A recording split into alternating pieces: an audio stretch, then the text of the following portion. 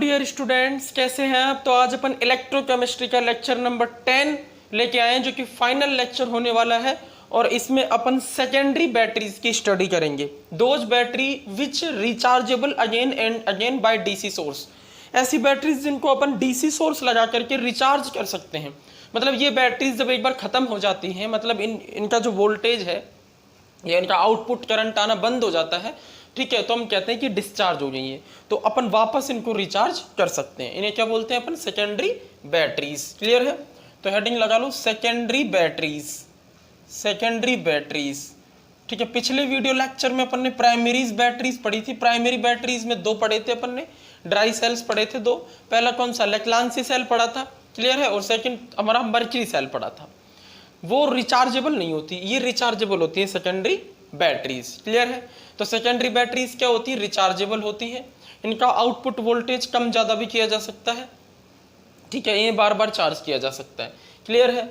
यहां पर जो इंपॉर्टेंट बात है कि दो अपन को यहां पर सेल्स पढ़ने हैं इसमें सेकेंडरी बैटरीज में। सबसे पहले आप हेडिंग लगा लीजिए lead storage battery. Lead storage battery. Clear है? ये बहुत ही इंपॉर्टेंट है, ठीक है। ये एक तरह से गैल्वेनिक सेल ही है लेड स्टोरेज बैटरी। अब देखो ये लेड स्टोरेज बैटरी जो होती है, इसमें अपन सबसे पहले देखते हैं कॉम्पोजिशन क्या है। अच्छा, पहले दो तीन चीजें देख लेते हैं, ठीक है। ये रिचार्जेबल है, ओके। कैसी है ये? रिचार्जेबल है, पहला पॉइंट। ये बार बार रिचार्ज किया जा सकता है। सेकेंड, अगर अपन बात करें 6 से 12 वोल्ट का करंट मिल सकता है इससे, ठीक है। इसमें ईच सेल जनरेट, हम लिख देते हैं each sale generate 2 volt. 2 volt का करंट जनरेट होता है एक सेल के द्वारा। तो अगर 3 सेल आपने सीरीज में कंबाइंड किए हुए हैं तो 6 वोल्ट का जनरेट होगा, और 6 सेल कर दिए तो 12 वोल्ट का जनरेट होगा। तो 3 से और 6 सेल इसमें लगाए जा सकते हैं। अरे बैटरी सेलों का सीरीज कॉम्बिनेशन होता है ना, तो लेड स्टोरेज बैटरी में अपन 3 सेल या 6 सेल ले सकते हैं। 3 से 6 के बीच में ले सकते हैं। 3 लेते हैं तो एक सेल 2 वोल्ट का करंट आउटपुट में देता है। तो 6 ले लिए तो 12 वोल्ट का होगा, और 3 ले लिए तो 6, तो 6 से 12 वोल्ट का करंट जनरेट हो सकता है, ठीक है। ये ध्यान रखना है आपको। और थर्ड, इसके अगर यूज की बात करें तो बहुत ही इंपॉर्टेंट है।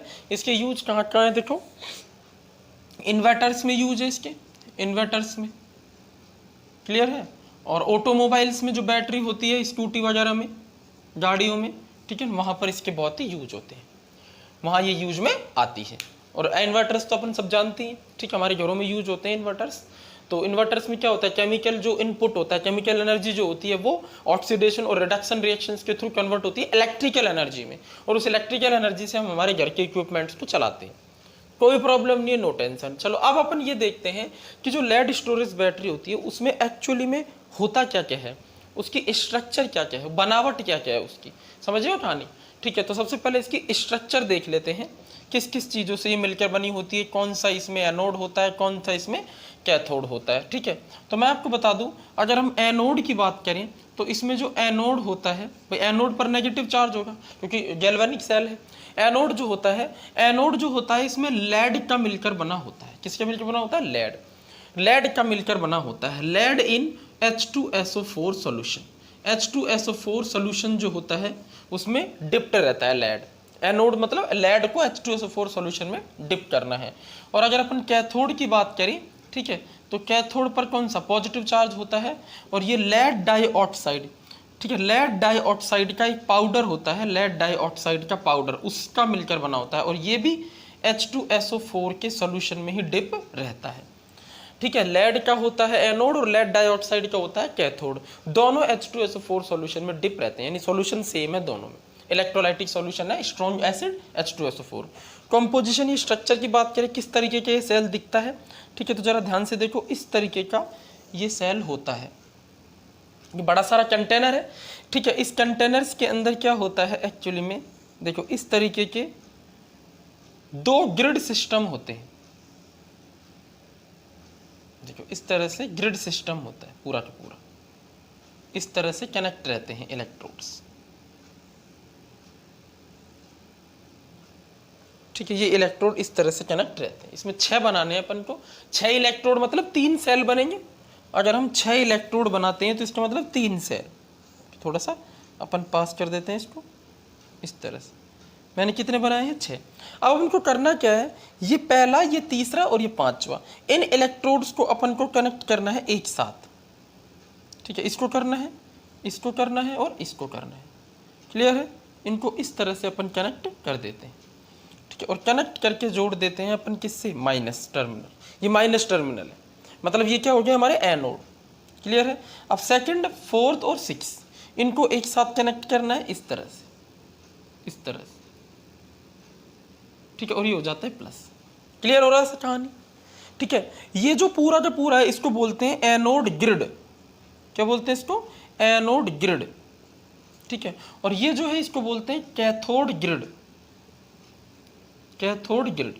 अब देखो इस लेड स्टोरेज बैटरी के अंदर कितने सेल हैं, 3।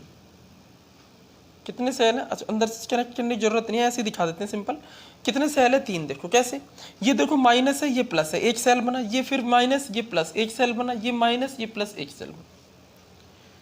क्लियर है या नहीं बोलो? ठीक है ना? आप देखना इन्वर्टर के अंदर प्लेट्स ही होती हैं इस तरह से। ठीक है, तो वो प्लेट्स यहाँ पर इस तरह से अरेंज मैंने दिखाई। अंदर क्या भरा हुआ है वो आपको पता ही है, H2SO4 का सॉल्यूशन है पूरे में, क्योंकि लेड भी H2SO4 है, और सॉरी एनोड भी H2SO4 है और कैथोड भी। H2SO4 सोल्यूशन होता है, कितना % होता है ये सुन लो। H2SO4 का सोल्यूशन जो होता है इसमें, ये होता है हमारा 30% जब हम इसको खरीद के लेके आते हैं। धीरे धीरे ये H2SO4 का सोल्यूशन रिएक्शंस में कंज्यूम होता है। जब ये 20% इसकी क्वांटिटी रह जाती है, तब ये जो सेल है वो डिस्चार्ज हो जाता है। फिर अपन को इसको चार्ज कराना पड़ता है, वापस से 20% H2SO4 को अपन 30% H2SO4 बनाते हैं चार्जिंग के टाइम पर, वापस से वो सेल नया का नया हो जाता है। ठीक है, तो ये अपन जब खरीद के लाए तब की स्थिति है, 30% H2SO4 का सॉल्यूशन यहाँ पर है। कोई प्रॉब्लम अब तक यहाँ पर? ठीक है, एनोड ग्रिड में 3 एनोड हैं और कैथोड ग्रिड में 3 कैथोड है। एक एनोड एक कैथोड पहला सेल, एक एनोड एक कैथोड दूसरा सेल, एक एनोड एक कैथोड तीसरा सेल। देखो एनोड लेड का मिलकर बना हुआ है। ठीक है, ये लेड है, ये भी लेड है, ये भी लेड है। और कैथोड किससे मिलकर बना होता है? ठीक है, लेड डाइऑक्साइड से। ये लेड डाइऑक्साइड पाउडर होता है लेड डाइऑक्साइड का, वो अपन भर देते हैं लेड के अंदर। ठीक है, ये लेड डाइऑक्साइड का कैथोड, PbO2। ठीक है, लेड डाइऑक्साइड का क्या है, कैथोड है। क्लियर हो रहा है? लाइनिंग वाले कैथोड है 3 और बिना लाइनिंग वाले एनोड। ठीक है ना? ठीक है, ये एनोड है, ये कैथोड है, ये एनोड है, ये कैथोड है, ये एनोड है, ये कैथोड है। क्लियर है? 3 सेल से एक सेल कितना वोल्टेज आउटपुट में देगा, 2 वोल्ट। तो 3 से 6 वोल्ट का ये बन गया। अगर अपन ऐसे 3 और ले लेते हैं सेल, तो 12 वोल्ट तक का अपन जनरेट कर सकते हैं करंट। क्लियर हो गया बोलो? तो ये हमारा क्या है, लेड स्टोरेज बैटरी। ये क्या है हमारा, लेड स्टोरेज बैटरी। अब अपन देखते हैं इस लेड स्टोरेज बैटरी में कौन कौन सी सेल रिएक्शंस होती हैं। ठीक है, तो सब अपन हेडिंग लगा लेते हैं। अब इसकी जो सेल रिएक्शंस है, very very important part of this led storage battery. तो सेल रिएक्शन इसमें 2 तरह से होती है। ठीक है, सबसे पहले eight the time of discharging. भाई पहले अपन डिस्चार्ज करेंगे ना इसको, eight the time of discharging. जब ये सेल डिस्चार्ज हो रहा होगा, डिस्चार्जिंग चल रही होगी, इसमें काम आ रहा होगा, जब ये मतलब इस सेल को अपन ने कहाँ लगा रखा होगा, किसी इक्विपमेंट के साथ कनेक्ट कर रखा होगा, समझ रहे ना? अरे ये वायर और ये वाला वायर, ये दोनों वायर किससे कनेक्ट करने पड़ेंगे अपन को, सर्किट में कनेक्ट करने पड़ेंगे। और सर्किट में क्या अप्लाई करना पड़ेगा, क्या लगाना पड़ेगा, कोई भी ऐसी चीज जिसको अपन को चलाना, लाइट चलेगी, इन्वर्टर ऑन किया तो सर्किट में जो भी चीजें होती हैं वो ऑन हो जाती हैं। ठीक है, समझ में आ रही है कहानी सारी? तो डिस्चार्जिंग के टाइम पर जो रिएक्शन है पहले वो देखते हैं। अब सबसे पहले कहाँ, एनोड पर। ठीक है, सबसे पहले एनोड पर देखते हैं। देखो एनोड से भी पहले अपन ये देख लेते हैं कि H2SO4 पहले इलेक्ट्रोलिसिस हो। H2SO4 का क्या होता है, इलेक्ट्रोलिसिस। ठीक है, सबसे पहले होता है इलेक्ट्रोलिसिस, इलेक्ट्रोलिसिस ऑफ H2SO4। जो हमारा इलेक्ट्रोलाइट है वो ब्रेक होता है। किस किस में ब्रेक होता है, तो H2SO4 जो है वो रिवर्सिबल रिएक्शन है, 2H+ आयन प्लस SO4 -2। ये पूरा का पूरा सेल ही रिवर्सिबल है। रिवर्सिबल सेल का मतलब जो डिस्चार्ज हो जाने के बाद वापस रिचार्ज किया जा सके, जबकि प्राइमरी सेल इरिवर्सिबल्स होते हैं। एक बार उनके अंदर केमिकल एनर्जी डाल दी, उससे जितनी इलेक्ट्रिकल एनर्जी आउटपुट में आ सकती है उतनी ही आएगी, उस एक समय के बाद वो बंद हो जाते हैं, उनको फेंकना ही पड़ता है। ठीक है, तो वो इरिवर्सिबल हुए, एक तरफ के हुए, ये दोनों तरफ चलते हैं। ठीक है, तो ये रिएक्शन दोनों तरफ चलेगी, 2H+ प्लस SO4 -2। क्लियर हो रहा है यहाँ पर? देखो एकदम ठीक है। अब क्या होता है, देखो ध्यान लगाने वाली बात ये है, H2SO4 का एक मॉलिक्यूल 2H+ आयन और एक सल्फेट में ब्रेक हो रहा है। यहाँ एक्चुअली में 2 H2SO4 के मॉलिक्यूल काम आते हैं। क्योंकि एक H2SO4 का मॉलिक्यूल एनोड पर काम आता है, समझो, एक कैथोड पर। अभी ऐसा समझो, तो ओवरऑल रिएक्शन में आपको समझा दूंगा कैसे चलती है यहाँ पर। तो H प्लस आयन कितने बनेंगे, 4, और सल्फेट कितने बनेंगे, 2। ये कहानी क्लियर हुई। अब होता क्या है, 2 सल्फेट आयन यहाँ पर बैठे हुए हैं, ठीक है। होता क्या है, सबसे पहले हम एनोड की रिएक्शन लिखते हैं, ठीक है। एनोड पर क्या होता है, ये जो एनोड लेड से मिलकर बना हुआ, लेड जीरो ऑक्सीडेशन स्टेट में, ठीक है, ये सल्फेट आयनों से रिएक्शन करता है। लेड सल्फेट आयन प्रेजेंट है सॉल्यूशन में, देखो H2SO4 सल्फेट आयन प्रोवाइड करा देगा, तो लेड जो होगा वो सल्फेट आयनों से रिएक्शन करेगा, और रिएक्शन कर देने के बाद हमारे पास बनेगा लेड सल्फेट का, ठीक है, लेड सल्फेट बनेगा। तो लेड जो हो गया यहाँ पर +2 में कन्वर्ट हो जाएगा, क्लियर है नहीं है, और 2 इलेक्ट्रॉन रिलीज कर देगा। ये हो गया हमारा ऑक्सीडेशन। क्या हो गया हमारा, ऑक्सीडेशन, क्लियर है। अब हम किसकी रिएक्शन देखेंगे, कैथोड की। तो कैथोड पर क्या होगा, रिडक्शन, ठीक है। कैथोड पर क्या होगा, रिडक्शन। रिडक्शन किसका होगा, लेड डाइऑक्साइड का। मजेदार बात यहाँ पर ये कि लेड डाइऑक्साइड में Pb पर +4 चार्ज है, एक ऊपर -2, 2 पर -4, तो Pb पर +4, ठीक है। लेड डाइऑक्साइड +4 चार्ज है यहाँ पर लेड पर, क्लियर है नहीं है। लेड पर कौन सा चार्ज है, +4, तो ये भी सल्फेट आयनों से ही रिएक्शन करता है। दोनों में कॉमन बात ये है, किससे रिएक्शन करता है, सल्फेट आयनों से। और क्या बनता है, ये भी सेम लेड सल्फेट ही बनाता है। यानी मजेदार बात, प्रोडक्ट सेम होते हैं, एनोड पर भी लेड सल्फेट बन रहा है, कैथोड पर भी। अब तुम सोच रहे हो सर जब प्रोडक्ट ही सेम है तो रिएक्शन भी सेम हुई, ऑक्सीडेशन हो रहा होगा, नहीं, रिडक्शन हो रहा है। देखो कैसे, +4 से +2 में जा रहा है ना, 2 इलेक्ट्रॉन गेन कर रहा है, 2 इलेक्ट्रॉन गेन कर रहा है, तो अपन क्या लिखेंगे, 2 इलेक्ट्रॉन। ये 2 इलेक्ट्रॉन जो रिलीज हुए, ये 2 इलेक्ट्रॉन इसने गेन कर लिए, तभी तो ये +4 से +2 में चला गया, PbSO4 बन गया। क्या बन गया बोलो, PbSO4। अब देखो बैलेंस करो, ऑक्सीजन यहाँ पर कितने हैं, 4, क्लियर है, और यहाँ पर कितने हैं, ऑक्सीजन 6, तो 2 ऑक्सीजन यहाँ पर एक्स्ट्रा है, तो साथ में हमारे पास बन जाता है वाटर। साथ में क्या बन जाता है इसमें, वाटर। अब वाटर का ऑक्सीजन कैसे बैलेंस करेंगे, देखो ऑक्सीजन 4 और एक 5 इधर 6, तो 2 लगा देंगे ना यहाँ पर अपन, तो 6 ऑक्सीजन हो गए। अब हाइड्रोजन 4 कहाँ से आए, तो सीधी सी बात है, ये 4 H+ आयन कब काम आएंगे भाई, यहाँ 4 हाइड्रोजन इधर है, यहाँ नहीं है, तो दैट मीन्स यहाँ पर 4 H+ आयन इन्वॉल्व हो रहे हैं, क्लियर है ना, 4 H+ आयन इन्वॉल्व हो रहे हैं। देखो इसको पूरे को मैं ऐसे लिख सकता हूँ भाई, लेड डाइऑक्साइड का तो कैथोड है ही, +4 है, यहाँ पर सल्फेट आयनों से रिएक्शन हो रही है, 2 इलेक्ट्रॉन काम ले रहा है, +4 H+ आयन और यहाँ पर काम आ रहे हैं, जिससे क्या हुआ, लेड सल्फेट और 2H2O का मॉलिक्यूल प्रोड्यूस हो गया। अब देखो कंप्लीट हो गई ये, अब अपन इसको ऐड कर सकते हैं, दोनों रिएक्शंस को, टोटल सेल रिएक्शन आ जाएंगी eight the time of discharging, ठीक है। तो क्या हो रहा है, देखो 2 इलेक्ट्रॉन से 2 इलेक्ट्रॉन यहाँ पर कैंसिल हो जाते हैं, ठीक है। Pb + PbO2 + 2 sulphate, 2SO4 - 2 + 4H+, और यहाँ क्या बन जाता है, 2 लेड सल्फेट + वाटर, ठीक है। तो ये हमारी टोटल सेल रिएक्शन, ये क्या है, हमारी टोटल सेल रिएक्शंस, क्लियर है, क्लियर है नहीं है। अब देखो इस जैसे जैसे सेल काम होता आता जा रहा है, वैसे वैसे हम क्या देख रहे हैं, ये तो 4 H+ आयन है और ये 2 सल्फेट आयन है, तो इनको अपन ऐसे लिख सकते हैं, टोटल सेल रिएक्शन एक दूसरे के तरीके से, Pb + PbO2 + 2H2SO4 ऐसे लिख सकते हैं ना। अरे 2 सल्फेट और 4 H+ से क्या बनेगा, 2H2SO4 बनेगा, तो ये बन रहा है 2 PbSO4 + 2H2O। मतलब ये लेड किस में कन्वर्ट हो रहा है, लेड सल्फेट में, क्या है, एनोड, समझ रहे हो, एनोड, इस पर क्या हो रहा है, ऑक्सीडेशन हो रहा है। देखो हो रहा है या नहीं हो रहा, +2 में जा रहा है ना, 0 से ऑक्सीडेशन हो रहा है, और PbO2 से बन रहा है, इससे भी PbSO4 ही बन रहा है, +4 से ये +2 में जा रहा है, कैथोड पर हो रही है घटना, कैथोड पर रिडक्शन हो रहा है, क्लियर है या नहीं है, और साथ में वाटर प्रोड्यूस हो रहा है कैथोड पर। तो एक चीज तुमने नोटिस की कि इस रिएक्शन में H2SO4 कंटिन्यूअसली कंज्यूम हो रहा है, तो जो हम स्टार्टिंग में 30% लेके आए थे, ठीक है, वो धीरे धीरे कम होता चला जाता है। तो मैं लिख देता हूं, when H2SO4 solution, when H2SO4 solution becomes 20%, 30 से 20% रह जाता है, देन सेल डिस्चार्ज, सेल क्या हो जाता है, डिस्चार्ज, या बैटरी डिस्चार्ज हो जाती है। अब अपन को किसकी रिक्वायरमेंट रहती है, इसको चार्ज करने की रिक्वायरमेंट, किसकी रिक्वायरमेंट रहती है, इसको चार्ज करने की, कि इस सेल को अपन चार्ज कैसे करेंगे, क्लियर है। तो चार्जिंग के टाइम पे कौन कौन सी रिएक्शंस होंगी ये अपन को देखना होगा। तो eight the time of charging, चलो तो अब देखो अब अपन को वापस से सेल को रिचार्ज करना पड़ेगा। तो बहुत ही इंपॉर्टेंट बात मैं आपको बताने वाला हूँ, जरा ध्यान से समझना। जब अपन इस सेल को रिचार्ज करेंगे, वापस से चार्ज करेंगे, ठीक है, तो इसमें अपन को क्या करना पड़ेगा, जो 20% हुआ है ना ये H2SO4, इसको वापस 30% करना पड़ेगा। तो इसके लिए आपको इन सारी रिएक्शन को रिवर्स करना पड़ेगा। बस कैसे रिवर्स करना पड़ेगा, जैसे यहाँ पर देखो जरा ध्यान से, एनोड पर क्या हो रहा है, लेड सल्फेट में कन्वर्ट हो रहा है। तो आपको क्या करना है, अब लेड सल्फेट को लेड में कन्वर्ट करना है, यानी ये ऑक्सीडेशन हो रहा है ना, तो अपन को ये रिडक्शन करना है। मतलब जो लेड सल्फेट है, लेड सल्फेट, क्लियर है, उसको अपन को लेड बनाना पड़ेगा वापस से, ठीक है।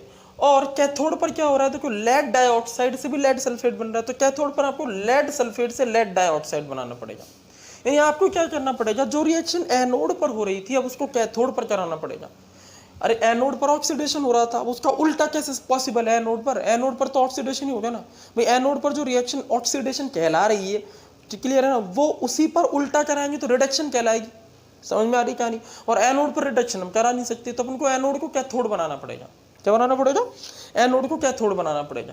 क्लियर है? तो एनोड जब कैथोड बन जाएगा तो एनोड की ये जो रिएक्शन आप देख रहे हो, ये वाली रिएक्शन, ये एनोड की रिएक्शन है, इसमें लेड से लेड सल्फेट बन रहा है। क्लियर है? जब इस एनोड को आप कैथोड बना दोगी, समझो ध्यान से, क्या बना दोगे? कैथोड। तो ये रिएक्शन क्या होने लगेगी? रिवर्स, यानी लेड सल्फेट लेड में कन्वर्ट होने लगेगा। अरे रिडक्शन होने लग जाएगा ना कैथोड पर। लेड Pb+2 है, ये Pb 0 में चला जाएगा। क्लियर है नहीं है? अच्छा, कैथोड पर जो रिएक्शन हो रही है वो ये है, PbO2 लेड डाइऑक्साइड से बनेगा लेड सल्फेट, +4 से +2 में चला जाएगा।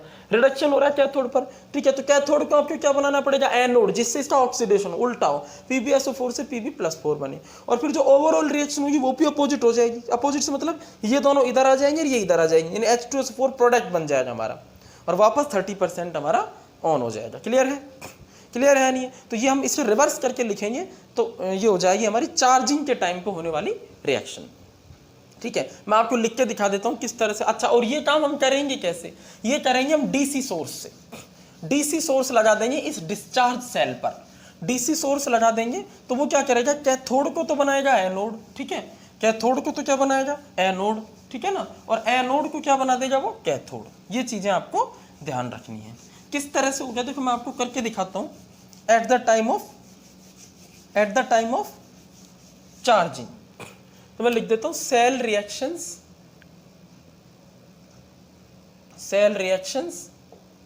Eight the time of charging. At the time of charging, जब सेल चार्ज हो रहा होगा ना तब सेल रिएक्शंस क्या होंगे? Cell reactions at the time of charging. तो देखो होता क्या है, मैं आपको क्लियरली समझाऊं। चार्जिंग के टाइम पर आप समझो इसको। देखो ये हमारे पास सपोज करो एनोड है। एनोड पर क्या जमा हुआ है? PbSO4 जमा हुआ है, वाटर है, सॉरी PbSO4 बना हुआ है, ठीक है। और कैथोड पर भी PbSO4, लेकिन ये वाली रिएक्शन हुई है एनोड पर, लेड सल्फेट से रिएक्शन करके PbSO4 में कन्वर्ट हो गया, ठीक है। क्लियर है? यानी ये जो एनोड है ये PbSO4 से मिलकर बना हुआ है, और कैथोड पर भी PbSO4 जमा है। ये चीज समझ में आ रही है ना? अरे एनोड पर भी PbSO4 बना है, कैथोड पर भी PbSO4 बना है। तो करते क्या है वो सुन लो। करते क्या है, हम डीसी सोर्स लगा देते हैं यहाँ पर। डीसी सोर्स, डायरेक्ट करंट का सोर्स लगा देते हैं। तो डायरेक्ट करंट के सोर्स में क्या होता है, ये इधर वाला ये जो एनोड है इसको अपन बना देते हैं प्लस, और इधर माइनस, यानी ये क्या बन जाता है? प्लस बन जाता है। इस पर प्लस चार्ज आ जाता है और इस पर क्या आ जाता है? माइनस चार्ज आ जाता है। तो एनोड पर पहले क्या था? माइनस चार्ज था, गैल्वेनिक सेल में माइनस चार्ज होता है, लेकिन अब कौन सा बन गया? प्लस। क्लियर है नहीं है? एनोड पर प्लस आ गया और इस पर क्या आ गया? कैथोड पर माइनस आ गया। तो रिएक्शन ऑपोजिट होने लगेगी। क्या होने लगेंगी? रिएक्शन ऑपोजिट होने लगेंगी। यानी ये जो एनोड है वो तो बन गया कैथोड, ये तो कैथोड बन गया, और ये माइनस वाला क्या बन गया? एनोड। इनकी डायरेक्शन चेंज होगी। क्लियर है नहीं? तो टोटल देखो सेल रिएक्शन कैसे हो जाएंगी। अब एनोड पर क्या होगा? एनोड पर ऑक्सीडेशन हो रहा होगा, लेकिन कैथोड की जो रिएक्शन है वो रिवर्स करके लिखनी पड़ेगी इस पर। यानी क्या लिखनी पड़ेगी अपन को? PbSO4 + 2H2O। देखो कैथोड की रिएक्शन में जो प्रोडक्ट बना है ना, ठीक है ना, PbSO4 + 2H2O, वो बना देगा PbO2 + SO4 2- + 2 इलेक्ट्रॉन + 4H+। उल्टी कर दी मैंने। एनोड देखो क्या हो रहा है? ऑक्सीडेशन हो रहा है, +2 से +4 ऑक्सीडेशन हो रहा है, नहीं हो रहा? Pb का ऑक्सीडेशन हो रहा है +2 से +4 में। क्लियर है? अच्छा, कैथोड पर क्या होगा? ठीक, एनोड देखो इधर आ गया है, यहाँ हो रहा है ऑक्सीडेशन। क्लियर है ना? और कैथोड पर क्या होगा? रिडक्शन। रिडक्शन कैसे होगा? जो एनोड पर यहाँ रिएक्शन हुई थी वो अपोजिट चलेगी, तो रिडक्शन होगा, और ये होगा कैथोड पर। ठीक है, अरे कैथ रिडक्शन थोड़ी चेंज हो सकता है, रिडक्शन तो कैथोड पर ही कराना पड़ेगा आपको, तो एनोड की रिएक्शन को उल्टा लिखना है कैथोड पर, समझ में। तो PbSO4 प्लस 2 इलेक्ट्रॉन और ये बनेगा Pb0 प्लस SO4 2 माइनस। देखो जरा Pb प्लस 2 से Pb0 रिडक्शन हुआ है नहीं हुआ, अब दोनों को ऐड कर दो, टोटल सेल रिएक्शन 2 इलेक्ट्रॉन से 2 इलेक्ट्रॉन कैंसिल, ठीक है। PbSO4 प्लस PbS4 कितने 2 PbSO4, यहाँ पर भी PbSO4 यहाँ पर भी PbS4, ये हटेंगे और यहाँ H2SO4 दोबारा बनने लग जाएगा, ठीक है। और साथ में 2H2O react with and form Pb plus PbO2 plus 2SO4 2 minus plus 4H plus. देखो अपोजिट आ गई नहीं इसकी। अब जरा देखो इसको अपन क्या कहते हैं 2H2SO4। अब ये प्रोडक्ट है या नहीं है, यानी H2SO4 वापस प्रोड्यूस हो गया और ये हो गया 30% और सेल फिर से रिचार्ज हो गया, इन्वर्टर रिचार्ज हो गया, दोबारा से काम में ले सकते हैं। ये थी हमारी cell reactions in the lead storage battery at the time of charging. Clear है या नहीं है, ठीक है। अब इसके बाद अपन स्टार्ट करते हैं हाइड्रोजन ऑक्सीजन फ्यूल सेल, जो कि सेकेंड एग्जाम्पल है सेकेंडरी बैटरी का, नोट कर लो। अब स्टार्ट करते हैं अपन हाइड्रोजन ऑक्सीजन फ्यूल सेल, जो हमारा सेकेंड एग्जाम्पल है सेकेंडरी बैटरी का, ठीक है। चलो स्टार्ट करते हैं hydrogen oxygen fuel cell. Hydrogen oxygen fuel cell it is another example of secondary battery. Secondary battery का दूसरा एग्जाम्पल है हाइड्रोजन ऑक्सीजन फ्यूल सेल। चलो बहुत ही इंपॉर्टेंट सेल है, मजा आने वाला है इस सेल को पढ़ते वक्त, आप बिल्कुल कॉन्सेंट्रेट होकर के पढ़ना, बहुत काम की चीज है, ठीक है। तो देखो इसकी जरूरत क्यों पड़ी, पहले इस चीज को समझते हैं। होता क्या है, इलेक्ट्रिसिटी प्रोड्यूस कराने के लिए हम थर्मल पावर प्लांट्स यूज करते हैं कि नहीं। थर्मल पावर प्लांट्स जो होते हैं बच्चों, उससे अपन इलेक्ट्रिसिटी जनरेट कराते हैं। कैसे कराते हैं, थर्मल पावर प्लांट्स के अंदर क्या होता है, हम लेते हैं एक्चुअली में हम लेते हैं बायोफ्यूल काम में, ठीक है। बायोफ्यूल जैसे हम कह सकते हैं फॉसिल फ्यूल्स, जीवाश्मीय ईंधन बोलते हैं जिनको, बायोफ्यूल या फॉसिल फ्यूल होता है वहां पर, ठीक है। फॉसिल फ्यूल जो होता है इसको जलाया जाता है थर्मल पावर प्लांट में, ठीक है। जब इसको अपन जलाते हैं ऑक्सीजन देकर के फॉसिल फ्यूल को, ठीक है, तो क्या होता है यहाँ पर वाटर बनने लगता है, ठीक है। अब ये क्या चीज है, देखो फॉसिल फ्यूल होता है कोल, जैसे कोयला हो गया या कोई गैस हो गई, इस तरीके की चीजें ली जाती हैं, ठीक है। कोल को जलाया जाता है गैस से, गैस जनरली ऑक्सीजन होती है। कोल को जब आप गैस से जलाओगे, फॉसिल फ्यूल जो है वो कोल है और गैस से जला तो वाटर बनने लगता है। क्या बनने लगता है, वाटर बनने लगता है। अब हम क्या करते हैं, ये जो वाटर लिक्विड होता है इतना ज़्यादा टेम्परेचर रखते हैं पावर प्लांट का कि वाटर जो होता है ये स्टीम में कन्वर्ट हो जाता है। किस में कन्वर्ट होता है बोलो, स्टीम में, यानी भाप बन जाती है। अब हम क्या करते हैं, इस स्टीम को डालते हैं टरबाइन, यानी हम टरबाइन चला देते हैं।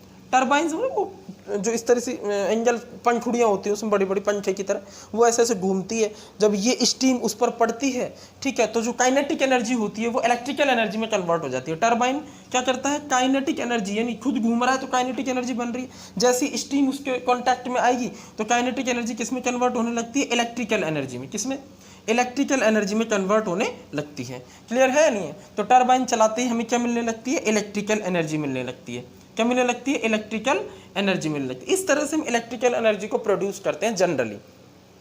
इस काम को जब हम करते हैं तो बहुत बड़े नुकसान होते हैं हमारे, जैसे पॉल्यूशन होता है, मोर पॉल्यूशन, क्योंकि कोल जब जलता है तो वाटर के साथ बहुत सारे बाई प्रोडक्ट्स बनते हैं, ठीक है, वो पॉल्यूशन क्रिएट करते हैं एटमॉस्फेयर में, तो मोर पॉल्यूशन क्रिएट होता है यहाँ पर, ठीक है। इस टेक्निक से बहुत ज़्यादा पॉल्यूशन क्रिएट हो जाता है। सेकेंड चीज़, मोर नॉइस, आवाज़ बहुत ज़्यादा आती है प्लांट से, तो नॉइस पॉल्यूशन भी क्रिएट हो रहा है। क्लियर हो रहा है नहीं हो रहा, नॉइज पॉल्यूशन भी क्रिएट हो रहा है, नॉर्मल पॉल्यूशन जो हो रहा है वो भी क्रिएट हो रहा है, एटमॉस्फेरिक पॉल्यूशन जिसको अपन बोल रहे हैं।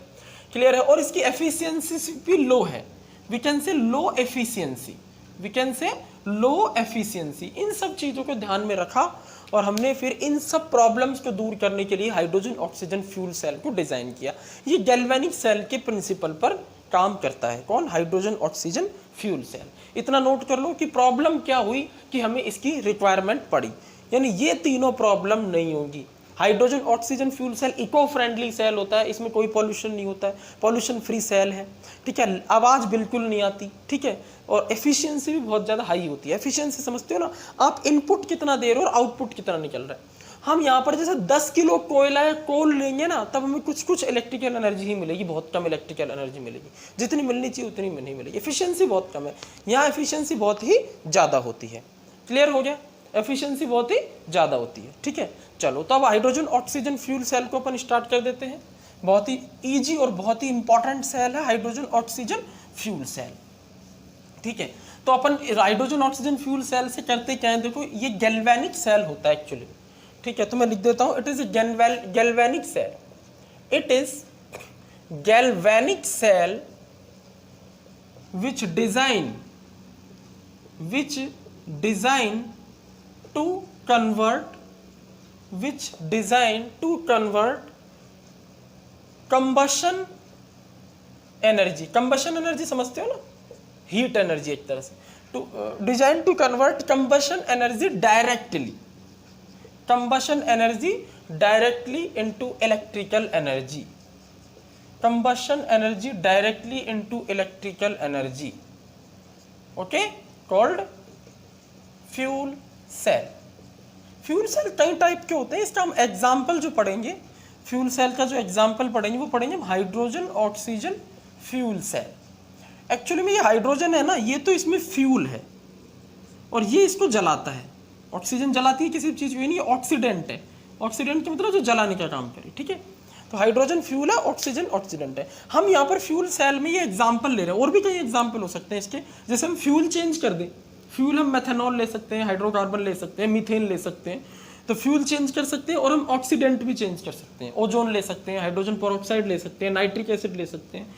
ठीक है, तो फ्यूल, भाई फ्यूल सेल में क्या होता है, एक फ्यूल होता है, एक उसको जलाने वाला मटेरियल ऑक्सीडेंट होता है। हमारे वाले फ्यूल सेल में हाइड्रोजन फ्यूल है और ऑक्सीजन उसको जलाने वाला ऑक्सीडेंट है। क्लियर हो गई यहाँ तक की कहानी। कर क्या रहा है, ये गैल्वेनिक सेल ही है जो डिजाइन किया जाता है, किसको कन्वर्ट करता है, ये कंबशन एनर्जी को डायरेक्टली कन्वर्ट करता है इलेक्ट्रिकल एनर्जी में। थर्मल पावर प्लांट क्या कर रहा है, वो पहले कंबशन एनर्जी क्रिएट करता है, फिर उसको कन्वर्ट किया जाता है एक तरह से काइनेटिक एनर्जी में, टर्बाइन के थ्रू, फिर इलेक्ट्रिकल एनर्जी बनती है। 2-3 स्टेप्स में चला जाता है वो। तो ज़्यादा पॉल्यूशन होता है, ज़्यादा नॉइस होती है, एफिशिएंसी भी कम हो जाती है चलते चलते। लास्ट में इलेक्ट्रिकल एनर्जी प्रोड्यूस होते होते एफिशिएंसी कम आती है। तो डायरेक्टली ही कन्वर्ट कर देता है ना एक ही स्टेप में, तो सारी प्रॉब्लम अपने आप ही खत्म हो जाती है। ठीक है, अच्छा इसमें होता क्या क्या है जरा मैं आपको बता देता हूँ। ठीक है, अगर हम इसके डिजाइनिंग की बात करें तो मैं इधर यहाँ इसकी कंपोजिशन या इसकी रिएक्शंस लिख के दिखा दूंगा। मैं इसकी बात करता हूँ। हम बात कर रहे हैं फ्यूल सेल की। किसकी बात कर रहे हैं, फ्यूल सेल की। तो फ्यूल सेल के अंदर क्या होता है, एक्चुअली में 2 इलेक्ट्रोड होते हैं। इलेक्ट्रोड कितने होते हैं, 2। ठीक है, प्लस हम बात करें एक होता है इलेक्ट्रोलाइटिक सॉल्यूशन। 2 या 3 सॉल्यूशन नहीं होते, सिर्फ एक इलेक्ट्रोलाइटिक सॉल्यूशन होता है। जैसे पिछले सेल में भी एक ही था H2SO4 का सॉल्यूशन। ठीक है, इसमें भी एक होता है, वो होता है KOH ले सकते हो, चाहे तो NaOH भी ले सकते हो, कोई प्रॉब्लम नहीं। एक्वस लेना पड़ेगा, एक्वस मतलब वाटर के साथ NaOH या KOH ले सकते हो आप। ठीक है, इलेक्ट्रोलाइटिक सॉल्यूशन एक लेना है, 2 इलेक्ट्रोड आप किस किस से कौन कौन सा ले सकते हो, या तो पोरस कार्बन का इलेक्ट्रोड ले लो। पोरस कार्बन को बोलते हैं ग्रेफाइट, अपन हमारे डायग्राम में ग्रेफाइट यूज करेंगे। ठीक है, पोरस कार्बन का इलेक्ट्रोड आप ले सकते हो। ठीक है, पोरस कार्बन का इलेक्ट्रोड अगर नहीं है आपके पास तो आप यूज ले सकते हो यहाँ पर पॉलीवाइनाइल क्लोराइड का। किसका यूज ले सकते हो, पॉलीवाइनाइल क्लोराइड। वो भी नहीं है तो टेफ्लॉन। ये सब पॉलीमर होते हैं। क्या होते हैं ये, पॉलीमर। ठीक है, टेफ्लॉन का यूज ले सकते हैं, पॉलीवाइनाइल क्लोराइड PVC का यूज ले सकते हैं, या ग्रेफाइट यानी पोरस कार्बन का यूज ले सकते हैं। हमारे वाले में हम ग्रेफाइट लेंगे, पोरस कार्बन का यूज लेंगे। दोनों के दोनों इलेक्ट्रोड ग्रेफाइट से मिलकर बने होते हैं, उनमें पोर्स होते हैं छोटे छोटे से। इसलिए क्योंकि हाइड्रोजन और ऑक्सीजन दोनों गैस है, तो उनके साथ कॉन्टैक्ट कैसे करिए जो पोर्स नहीं होंगे तो। ठीक है, क्लियर हो गई कहानी। ठीक है, अच्छा एक चीज और, जो ग्रेफाइट होते हैं ना, प्लेटिनम से कवर रहता है। प्लेटिनम इसे इसलिए कवर रहता है क्योंकि अपन ने पहले भी देखा था, प्लेटिनम ब्लैक फॉइल हम यूज करते हैं इलेक्ट्रोलाइटिक सेल में, वो सॉरी SHE में, है ना, स्टैंडर्ड हाइड्रोजन इलेक्ट्रोड में। क्यों, प्लेटिनम ब्लैक फॉइल क्या करता है, हाइड्रोजन गैस को एब्जॉर्ब कर लेता है, या ऑक्सीजन को। ठीक है, तो हाइड्रोजन गैस को एब्जॉर्ब करवाना है, तो इसलिए हम ये जो ग्रेफाइट इलेक्ट्रोड होता है इसके चारों तरफ प्लेटिनम की कवरिंग कर देते हैं। क्लियर है, चला ना। अब फ्यूल सेल की बात करें तो फ्यूल सेल के अंदर हम एक तो लेते हैं फ्यूल और एक लेते हैं ऑक्सीडेंट। ये 2 चीज़ें तो होती हैं भाई। 2 इलेक्ट्रोड हो गए, एक इलेक्ट्रोलाइटिक सॉल्यूशन हो गया। ठीक है, ऑक्सीडेंट में हम क्या क्या ले सकते हैं, ऑक्सीजन तो हम लेते ही हैं मैक्सिमम केसेस में। अगर ऑक्सीजन नहीं ले सकते तो हम क्या ले सकते हैं, ओजोन ले सकते हैं। ठीक है, हाइड्रोजन पेरोक्साइड ले सकते हैं, HNO3 ले सकते हैं। इनमें से कोई सा भी ले सकते हो, ये सब ऑक्सीडेंट होते हैं। ठीक है, और फ्यूल के रूप में हम हाइड्रोजन ले ही रहे हैं। इसके अलावा हम क्या ले, मीथेन ले सकते हैं। ठीक है, इसके अलावा हम कार्बन डाइऑक्साइड ले सकते हैं। ठीक, कार्बन डाइऑक्साइड यहाँ ले सकते हैं। ठीक है, इसके अलावा हम ले सकते हैं हाइड्रोकार्बन, या इसके अलावा हम ले सकते हैं मेथेनॉल। ठीक है। इसके अलावा हम प्रोपेन ले सकते हैं, ब्यूटेन ले सकते हैं गैसों के रूप में। तो ये सब हम चीज़ें ले सकते हैं फ्यूल के रूप में। ये ऑक्सीडेंट हो गए। क्लियर हो गई या नहीं होगी बोल बात यहाँ तक क्लियर? तो ये सारी कहानी फ्यूल सेल में चलती है। अब जरा जिसका इंतजार था वो, इसकी स्ट्रक्चर किस तरह से हम बना सकते हैं। इसमें देखो एक्चुअली में 2 इनलेट रखने पड़ते हैं अपन को। इनलेट मतलब एक तरफ से तो फ्यूल आएगा, ठीक है, और एक तरफ से क्या आएगा भाई, एक तरफ से तो क्या आएगा, फ्यूल आएगा। क्लियर है नहीं है? और एक तरफ से क्या आएगा हमारे पास, ऑक्सीडेंट आएगा। तो 2 इनलेट, इनलेट मतलब आने के लिए, ठीक है, आने के लिए, ठीक है ना, आने वाला होल होता है इनलेट। आउटलेट मतलब जाने वाला, इनलेट मतलब आने वाला, ठीक है। तो इस तरह से इसको ऐसे कनेक्ट कर देते हैं सिंपली, ठीक है। देखो यहाँ पर एक तो हम लगा देते हैं क्या, एक तो हम लगा देते हैं यहाँ पर इधर पोरस कार्बन यानी ग्रेफाइट लगा देते हैं इस तरह से। एक तो पोरस कार्बन इधर लगा देते हैं, ठीक है, ये है ग्रेफाइट, ठीक है, ग्रेफाइट। और इधर क्या है हमारा एनोड, ग्रेफाइट का एनोड है। चार्ज कैसा है, नेगेटिव। क्लियर है ना? चार्ज कैसा है यहाँ पर देखो, नेगेटिव चार्ज। इस तरह से हम इसको कनेक्ट कर देते हैं, ये नेगेटिव चार्ज एनोड हो गया। क्लियर है? अच्छा, ऐसे ही इधर लगा देते हैं हम कैथोड। इधर क्या लगा देते हैं हम, कैथोड, राइट में, ठीक है। ये हमारा क्या हो गया, ग्रेफाइट है, सेम मटेरियल वही है कैथोड का भी। ग्रेफाइट का कैथोड है और ग्रेफाइट का ही एनोड है, चार्ज पॉजिटिव हो गया, ठीक है। इसको इस तरह से शो कर सकते हैं। क्लियर है नहीं है बोलो? ये शो कर दिया हमने। अच्छा, इधर से क्या डालते हैं, फ्यूल हाइड्रोजन, और इधर से क्या डालते हैं, ऑक्सीडेंट ऑक्सीजन। क्लियर है नहीं? क्लियर है? हाइड्रोजन फ्यूल हो जाएगा हमारा और ये हो जाएगा हमारा ऑक्सीडेंट। सारी कहानी क्लियर है नहीं बोलो? ये क्या हो जाएगा हमारा ऑक्सीडेंट। अब इसमें करते क्या है अपन, KOH का सॉल्यूशन यहाँ पर अपन बीच में इस तरह से फिलअप कर देते हैं, KOH का सॉल्यूशन, ठीक है। ये हमारा KOH का सॉल्यूशन, तो OH नेगेटिव आया नहीं इस सॉल्यूशन में। अब होता क्या है मैं आपको बताता हूँ। हाइड्रोजन जो होता है, देखो ये यहाँ से इस तरह से सर्किट कंप्लीट हो जाएगा जब कंप्लीट करना चाहो तो, ठीक है। अब देखो सबसे पहले हम देखते हैं एनोड पर क्या होता है। चलो एनोड की तरफ चलते हैं, ठीक है। एनोड पर एक्चुअली में क्या होता है, ऑक्सीडेशन होता है हाइड्रोजन का। किसका, हाइड्रोजन का। तो हाइड्रोजन का ऑक्सीडेशन होगा। हाइड्रोजन OH नेगेटिव आयनों से रिएक्शन करता है, ठीक है। OH नेगेटिव आयनों से रिएक्शन करता है हाइड्रोजन, ठीक है। और किस में कन्वर्ट हो जाता है हमारा, ये H2 है, ठीक है, इस पर 0 चार्ज है, और ये OH नेगेटिव आयन है, तो ये बन जाता है हमारा वाटर। क्या बन जाता है हमारा, वाटर। क्लियर है? देखिए यहाँ पर 2 H है और यहाँ एक OH है। बैलेंस कैसे करेंगे, देखो यहाँ 2 लगा दो तो 4 H हो गए, तो 2 वाटर के मॉलिक्यूल बन जाएंगे। और इलेक्ट्रॉन कितने निकल गए यहाँ पर, 2 इलेक्ट्रॉन। ऑक्सीडेशन हो गया या नहीं हुआ? अरे हाइड्रोजन जो था ना ये ऑक्सीडाइज हो गया। कैसे, हाइड्रोजन 0 है और यहाँ हाइड्रोजन +1 में आ गया, ऑक्सीडाइज हो गया। या ऐसा क्या, तो ऑक्सीजन इंट्रोड्यूस हो गया इसमें, ऑक्सीजन ऐड हो गया, तो भी ऑक्सीडेशन ही है। और एक इलेक्ट्रॉन रिलीज हो गया, एक हाइड्रोजन एक इलेक्ट्रॉन रिलीज कर रहा है, तो 2 से 2 इलेक्ट्रॉन रिलीज हो गए।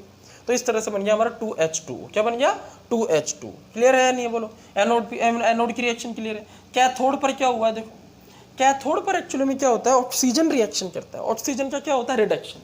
कैथोड पर क्या हो रहा है, देखो ऑक्सीजन का रिडक्शन। तो यहाँ पर क्या होता है, हाफ ऑफ ऑक्सीजन रिड्यूस हो जाती है।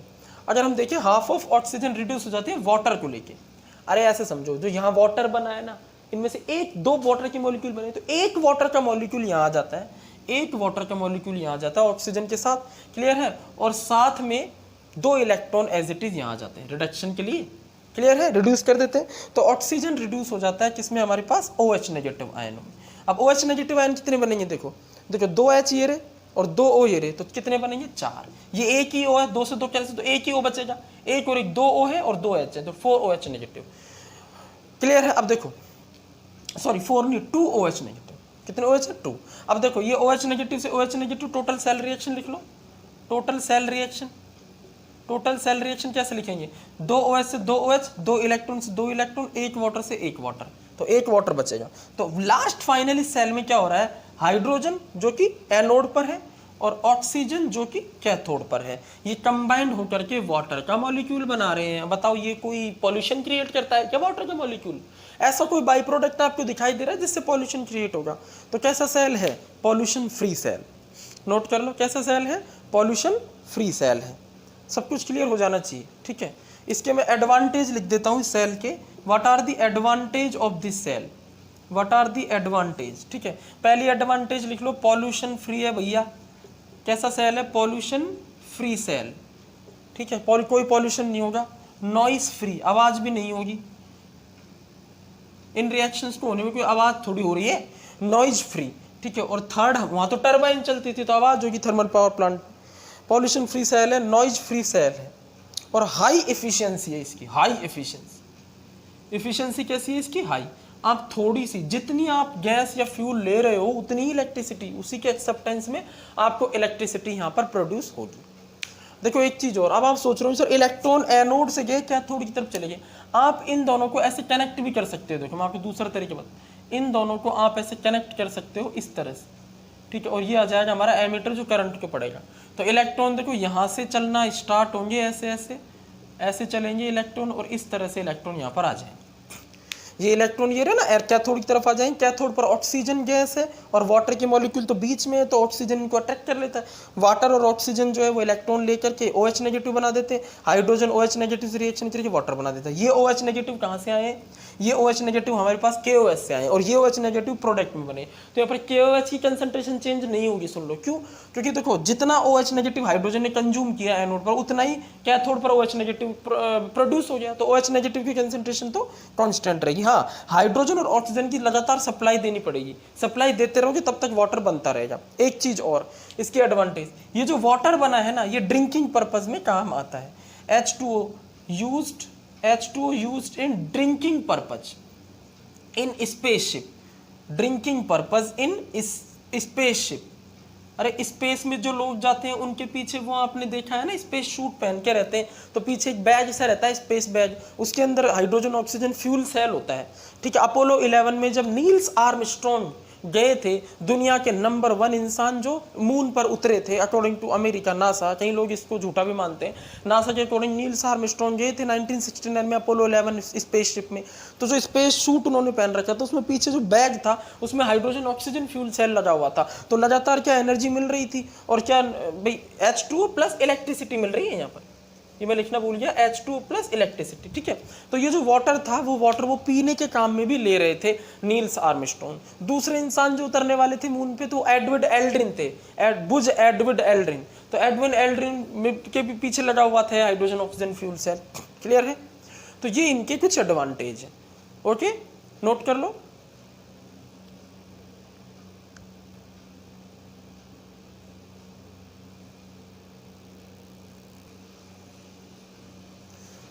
चलो अब अपन लास्ट टॉपिक इस यूनिट का स्टार्ट करते हैं, और वो है कोरोजन। प्राइमरी और सेकेंडरी बैटरीज कंप्लीट करने के बाद तो आप हेडिंग लगा लो corrosion. This is very very important topic. Corrosion क्या है एक्चुअली में? ये एक ऐसा प्रोसेस है जिससे मेटल की सरफेस पर कुछ अनएडवांटेज मटेरियल जो है वो जमा होने लग जाते हैं। मेटल है, इसकी सरफेस पर कुछ अनएडवांटेज मटेरियल जमा होने लग जाते हैं, अक्यूमुलेट होने लग जाते हैं केमिकल रिएक्शंस के थ्रू। एक सेल बन जाता है, मेटल एक सेल की तरह बन जाता है, इलेक्ट्रोकेमिकल सेल की तरह बन जाता है। उसके दो पार्ट हो जाते हैं, एक एनोड और एक कैथोड, और वहाँ ऑक्सीडेशन रिडक्शन रिएक्शन स्टार्ट हो जाती हैं, और कुछ ऐसे प्रोडक्ट्स बनने लग जाते हैं जिसकी वजह से मेटल की फिजिकल प्रॉपर्टीज, उसकी केमिकल प्रॉपर्टीज, ये सब चेंज हो जाती हैं, और फाइनली इकोनॉमिकल प्रॉपर्टी उसकी डिक्रीज हो जाती है। इकोनॉमिकली वो लो हो जाता है, उसकी वैल्यू खत्म हो जाती है, खराब हो जाता है, फेंक दो उसको। जैसे एग्जाम्पल लोहे पर जंग का लगना, रस्टिंग ऑफ आयरन सबसे इंपॉर्टेंट एग्जाम्पल है जो अपन को स्टडी करना है। किस तरह से रस्ट बनता है, रस्ट का फॉर्मूला क्या है, किस तरह से जब आयरन पर रस्टिंग होती है तो वो किस तरह से एक गैल्वेनिक सेल या इलेक्ट्रोकेमिकल सेल बन जाता है। ये सब चीजें अपन डिस्कस करेंगे डायग्राम के साथ, क्लियर है। तो कोरोजन देखो क्या है एक्चुअली में, इट इज अ प्रोसेस। मतलब कोरोजन एक हम कह सकते हैं कि प्रोसेस है जिसके अंदर कुछ चीजें जमा होती हैं। देखो ध्यान दो, तो कोरोजन की डेफिनेशन लिखते हैं, इट इज द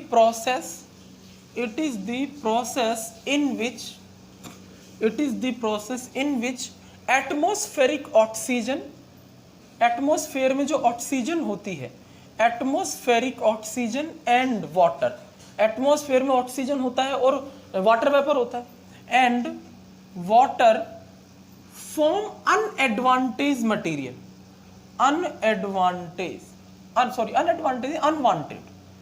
अनवांटेड जिनकी जरूरत नहीं है, अनवांटेड मटेरियल लाइक मेटल की सरफेस पर ऑक्सीजन और वाटर कुछ अनवांटेड मटेरियल बना लेते हैं, unwanted material like oxide, unwanted material like oxide, okay, sulphide, ठीक ठीक है, sulphate, carbonate etcetera. It is the process in which atmospheric oxygen and water form unwanted material like oxide, sulfide, sulfate, carbonate, etc. on the surface of metal. On the surface of metal, which reduce its properties, जिससे इसकी properties खत्म हो जाती है, कम हो जाती है. Called corrosion. Clear हुआ? Called corrosion. ठीक है, अगर एग्जाम्पल की बात करें तो एग्जाम्पल से अच्छे से क्लियर होगा. फर्स्ट, कोरोजन ऑफ सिल्वर, बदरंग होना सिल्वर का, चांदी बदरंग पड़ जाती है. Corrosion of silver, corrosion of silver.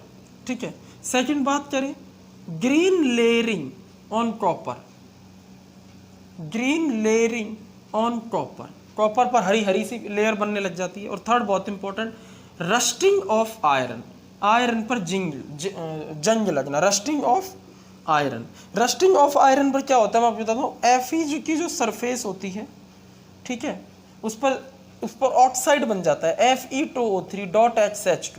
इसे बोलते हैं हाइड्रेटेड फेरिक ऑक्साइड. क्या बोलते हैं? Hydrated ferric oxide. क्या बोलते हैं इसको? Hydrated ferric oxide. हाइड्रेटेड क्यों बोल रहे हैं? क्योंकि वाटर के बहुत सारे मॉलिक्यूल हैं. और फेरिक ऑक्साइड क्यों बोल रहे हैं? क्योंकि Fe+3 फॉर्म में है, यहाँ पर +3 ऑक्सीडेशन स्टेट में, तो फेरिक ऑक्साइड है. मैंने बताया था Fe की सरफेस पर ऑक्साइड बन गया ना, देखो अनवांटेड मटेरियल है, इसकी कोई जरूरत नहीं थी लेकिन ये बन गया, वाटर के साथ बन गया ऑक्साइड. तो देखो यहाँ ऑक्साइड बना हुआ, सल्फाइड भी बन सकता है, सल्फेट, कार्बोनेट भी बन सकते हैं. ठीक है, Fe की सरफेस पर ऑक्साइड बनने लग जाता है तो उसे बोलते हैं अपन रस्ट या जंग लग गया. जंग का फॉर्मूला होता है Fe2O3.HH2. It is the formula of rust. ये कैसे बनता है, किस तरीके की चीजें होती है अपन देखेंगे. अब अपन देखते हैं टाइप ऑफ कोरोजन. कोरोजन कितने टाइप का होता है, तो अपन लगा लेते हैं हेडिंग, टाइप ऑफ कोरोजन. अगर हम कोरोजन के टाइप की बात करें, ठीक है, तो एक्चुअली में दो टाइप का कोरोजन होता है. सबसे पहले ड्राई कोरोजन, सूखा कोरोजन, मतलब इसमें कोई पानी का रोल नहीं होता, वैसे ही चीज़ें पड़ी पड़ी खराब होने लगती हैं, उसे बोलते हैं ड्राई कोरोजन. ठीक है, मेटल खराब होने लगता है बिना पानी के कांटेक्ट में आए. और सेकंड हमारा वेट कोरोजन, इसमें पानी का बहुत बड़ा रोल होता है. ठीक है, इसको अपन बोलते हैं, वेट कोरोजन को बोलते हैं इलेक्ट्रोकेमिकल कोरोजन. क्या बोलते हैं? Electrochemical corrosion. क्योंकि इस कोरोजन में क्या होता है, मेटल की सरफेस पर दो टाइप की रिएक्शन होती है, एनोड पर ऑक्सीडेशन और कैथोड पर रिडक्शन होने लगता है. मतलब मेटल के दो हिस्से हो जाते हैं, एक एनोड बन जाता है कुछ हिस्सा और कुछ हिस्सा कैथोड बन जाता है. इलेक्ट्रोकेमिकल कोरोजन भी बोलते हैं. ठीक है, और ये इलेक्ट्रोकेमिकल थ्योरी पर बेस्ड होता है. इसका जो एग्जाम्पल है वो है रस्टिंग ऑफ आयरन. इसका एग्जाम्पल क्या है? रस्टिंग ऑफ आयरन, आयरन पर जंग का लगना. ये वेट कोरोजन है, वाटर का बहुत बड़ा रोल होता है यहाँ पर. इलेक्ट्रोकेमिकल कोरोजन भी इसको बोलते हैं. कुछ पार्ट जो लोहे का है वो एनोड बन जाता है, कुछ कैथोड बन जाता है. सारी कहानी क्लियर हुई. और दूसरा होता है ड्राई कोरोजन. ठीक है, इसको अपन बोलते हैं डायरेक्ट केमिकल कोरोजन. इलेक्ट्रोकेमिकल नहीं होता, ये सिर्फ केमिकल कोरोजन होता है. डायरेक्ट केमिकल रिएक्शन से स्टार्ट हो जाती है. ठीक है, मतलब कोई सेल वेल यहाँ नहीं बनता, या तो इलेक्ट्रोकेमिकल सेल बनता है या कोई सेल नहीं बनता. Direct chemical corrosion. क्या बोलते हैं इसको? Direct chemical corrosion. ठीक है, नोट कर लो इतना. उसके बाद अपन स्टार्ट करते हैं. कोरोजन की जो थ्योरी है, इलेक्ट्रोकेमिकल थ्योरी ऑफ कोरोजन, मतलब वेट कोरोजन की जो थ्योरी है, इलेक्ट्रोकेमिकल थ्योरी ऑफ कोरोजन, उसको अपन स्टार्ट करेंगे. नोट कर लिया? चलो, तो अपन हेडिंग लगा लेते हैं, electrochemical theory of corrosion. Corrosion जो है यानी वेट कोरोजन, उसको पढ़ना है और इसमें इलेक्ट्रोकेमिकल थ्योरी पढ़नी है कोरोजन की. इलेक्ट्रोकेमिकल थ्योरी ऑफ कोरोजन बहुत ही बढ़िया टॉपिक है. Electrochemical theory of corrosion. Corrosion की डेफिनेशन मैंने आपको बता ही दी है कि एक ऐसा प्रोसेस है जिसमें अनवांटेड मटेरियल जैसे ऑक्साइड, सल्फाइड, कार्बोनेट, सल्फेट वगैरह ये सब जमा होने लग जाते हैं मेटल की सरफेस पर, जिससे मेटल की प्रॉपर्टीज रिड्यूस हो जाती हैं और बेसिकली इकोनॉमिकल प्रॉपर्टीज भी उसकी रिड्यूस हो जाती हैं. वो कोई काम का नहीं रहता, फेंकना पड़ता है. उस प्रोसेस को कोरोजन बोलते हैं. सिल्वर का कोरोजन, ग्रीन लेयर कॉपर पर चढ़ना, और सबसे इंपॉर्टेंट है आयरन की रस्टिंग होना. ठीक है, तो हम डाल लेते हैं electrochemical theory of corrosion. Electrochemical theory, heading लगाओ, इलेक्ट्रोकेमिकल थ्योरी ऑफ कोरोजन. इसको पढ़ लेते हैं अपन आयरन का एग्जांपल लेके, और फिर देखेंगे कोरोजन से बचे कैसे, हमारे मेटल को या हमारे आयरन को हम कोरोजन से कैसे बचा सकते हैं. वो भी देखेंगे, इस बार चैप्टर फिनिश हो जाएगा। तो देखते हैं इलेक्ट्रोकेमिकल थ्योरी ऑफ करोजन। तो यहाँ लेंगे अपन रस्टिंग, समझिए रस्टिंग ऑफ आयरन, ये एग्जाम्पल मैं ले रहा हूँ आपको, इससे एक्सप्लेन करूँ। तो इसको एक्सप्लेन करने के लिए हम क्या करते हैं, एक मॉडल की को इमेजिन करते हैं। सपोज करो ये हमारी आयरन की सरफेस है, ये क्या है, Fe रॉड। किस तरह से इस पर जंग लगता है मैं आपको बता देता हूँ। सॉलिड है ये Fe rod, Fe rod solid है, क्लियर है नहीं। होता क्या है, इसके ऊपर सपोज करो बहुत बड़ा ये इस तरह से वाटर ड्रॉपलेट है, ये H2O का ड्रॉपलेट है, समझ गए ना, बहुत सारा वाटर है यहाँ पर। भाई लोहा जब पानी के कांटेक्ट में आता है तभी तो जंग लगना स्टार्ट होता है, या जंग लगता है, बिना पानी के कांटेक्ट में ही नहीं लगेगा।